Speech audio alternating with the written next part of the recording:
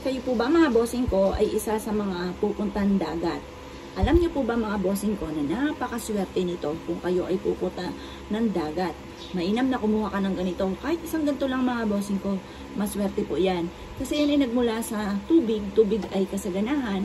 Nagmula sa kalikasan, mahiwaga ang kalikasan. Pero bago ka kumuha, magpapaalam ka muna mga bossing. At pagkatapos ay kumuha ka. Ngayon, ang gagawin po natin dito, iuwi nyo po sa inyong pong tahanan at ilalagay nyo ito sa harapan ng inyong tahanan or kaya po mga bossing ko sa may paso, sa may gilid ng inyong pong main door. Napakaswerte nito mga bossing. Magtatawag ito ng swerte, tagumpay sa buhay. Bawat dagat na napupuntahan namin, kaya mahilig ako pumunta po dyan, kumukuha ako ng ganito or kaya ng tubig. Mahiwaga po yun mga bossing. Kaya kung kayo po mga bossing ko ay naniniwala sa mga ganitong mga pamamaraan, subukan nyo po na kumuha ng ganito. Tapos, dagdagan nyo lalo ang sipag at tiyaga. At pagkatapos, mag-wish ka ng mula sa inyong pong puso.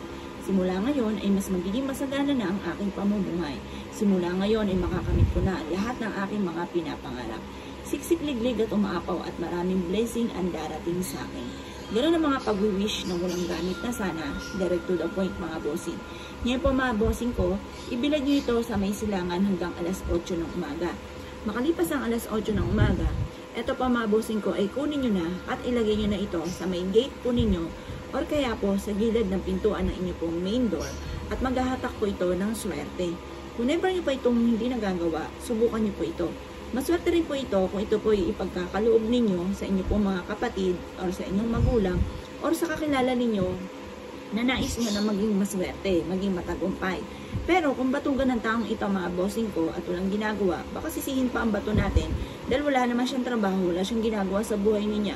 Kundi po tumambay at makipagchismisan. Ako, wag nyo nang bigyan mga bossing. Dahil maaaring maiyamot lang siya dito dahil ito pa ang sisisihin po niya. Siyempre mga bossing ko, mga ganitong mga pamamaraan ay sangkap lamang para tayo maging matagumpay. Ang numero 1, dapat ikaw ay masipag at matyaga. Hindi ka nakakalimot magdasal at sabayan din natin ang mga ganitong mga pamamaraan na pampaswerte na nagmula sa kalikasan. Proven na napakaswerte nito mga bossing. Ako pa mga bossing ko, ay maraming ganito. Lalo na kapag pumupunta kami ng dagat, hindi ako nakakalimot na kumuha ng bato mga bossing. At pwede rin naman po mga bossing ko na kumuha ka ng buhangin, pero konti lang mga bossing. Halimbawa, uminom ka ng mineral, yung bottled water, punuin nyo po yun ng buhangin.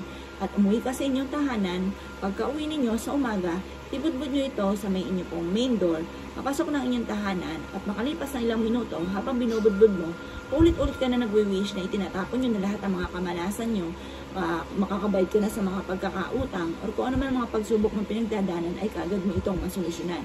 At pagkatapos ng 5 minuto, eto po ay daspanin po ninyo at itapon sa malayo ang buhangin na ginamit nyo po sa inyo pong sahig na nagmula sa dagat. Hihigo po yan ng mga negatibong enerhiya na nagdudulot ng kamalasan. Kaya kung ito'y naniniwala at nais po itong gawin, huwag ka na magpatumpik-tumpik pa, subukan nyo po ito. Proven po ito na napakaswerte. Kaya kung ito'y gagawa ng gatong mga pamamaraan, good luck boss nito lahat.